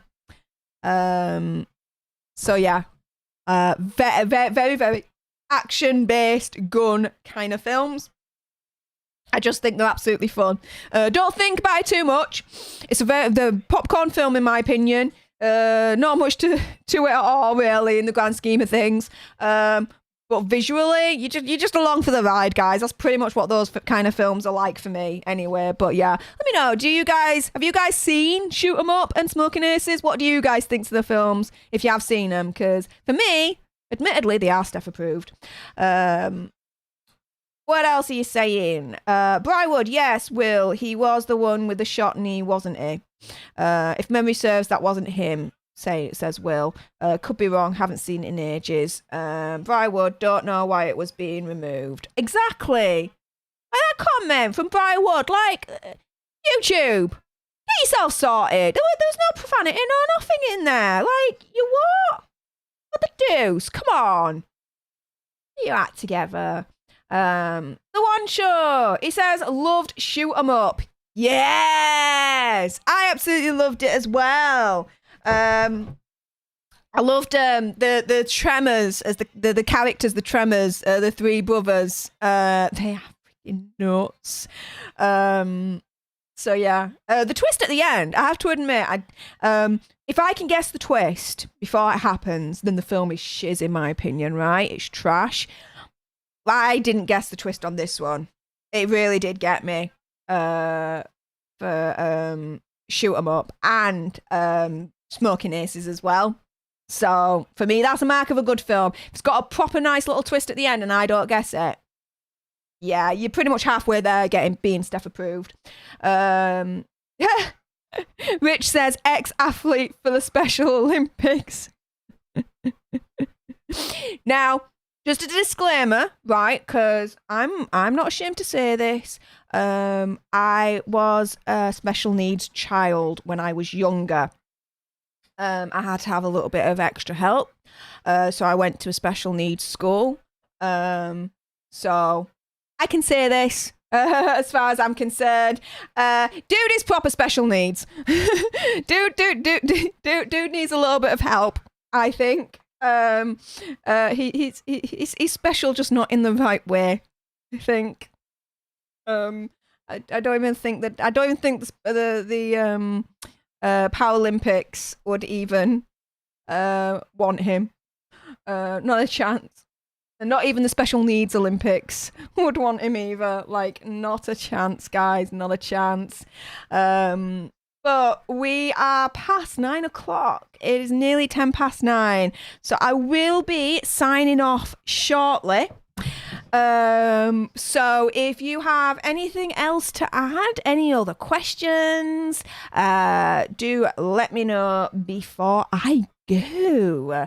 But just to give you a little bit of an idea of what's coming up next week, we have, you see, I don't know what it is, but I'm on a little bit of a Rick and Morty kind of kick at the moment. I do like Rick and Morty. So your next episodes for Alter Philosophy and Alter Reality are on Rick and Morty. So have at it. And Wednesday, stay tuned because at 7 o'clock UK time, so check it out on Google what time it is in your part of the world, because time frames and all that lot, time zones are a little bit of a nightmare. But 7 o'clock UK time, I'm going to be doing another watch party. Yay! Stay tuned to what the watch party is. I have decided what it's going to be, but I'm going to keep it as a surprise.